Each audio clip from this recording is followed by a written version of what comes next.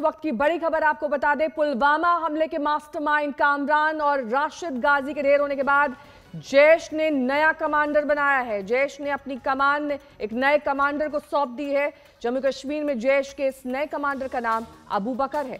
सूत्रों के मुताबिक अबू बकर ने ही पिछले साल कश्मीर में घुसपैठ की थी। अबू बकर को आईईडी का एक्सपर्ट भी माना जाता है।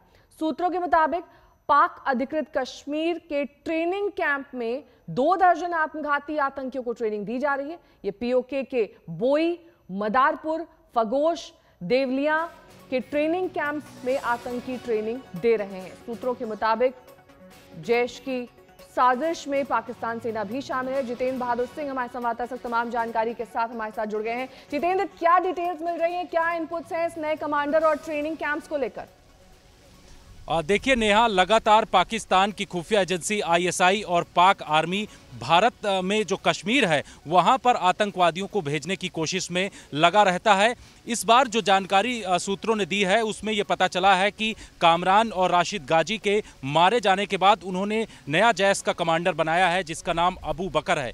ये भी बड़ा ही खतरनाक आतंकी है और इसके बारे में सुरक्षा एजेंसियां लगातार जानकारी हासिल करने में जुटी हुई हैं, क्योंकि जुलाई के महीने में पिछले साल इसने घुसपैठ की थी पाक अधिकृत कश्मीर से। इसके बारे में ये बताते हैं कि इसको जो ट्रेनिंग दी गई थी वो पाक अधिकृत कश्मीर में नियाली का कैंप है, वहां पर ट्रेनिंग दी गई थी, क्योंकि इस ट्रेनिंग कैंप यानी नियाली का जो ट्रेनिंग कैंप है यहां पाकिस्तान की आर्मी इसका इस्तेमाल करती थी। लेकिन बाद में सूत्रों ने यह जानकारी दी है कि इस कैंप को जैश ए मोहम्मद के आतंकवादियों को ट्रेनिंग देने के लिए दे दिया गया था। तो अब जिस तरीके से अबू बकर को नया कमांडर बनाया गया है और ये भी अफगान लड़ाकों के साथ लड़ चुका है, यानी जैश अब लगातार जो तालिबानी और अफगानी आतंकी हैं उनके साथ लगातार संबंध करके और इनको आईडी और विस्फोटकों की ट्रेनिंग दिलवा रहा है। तो ये काफी खतरा है और इस बात को लेकर के सुरक्षा एजेंसियों ने अलर्ट भी जारी किया है, क्योंकि ऐसे ही और हमले हो सकते हैं। श्रीनगर घाटी में आईडी अटैक कर सकते हैं सुरक्षा बलों के ऊपर,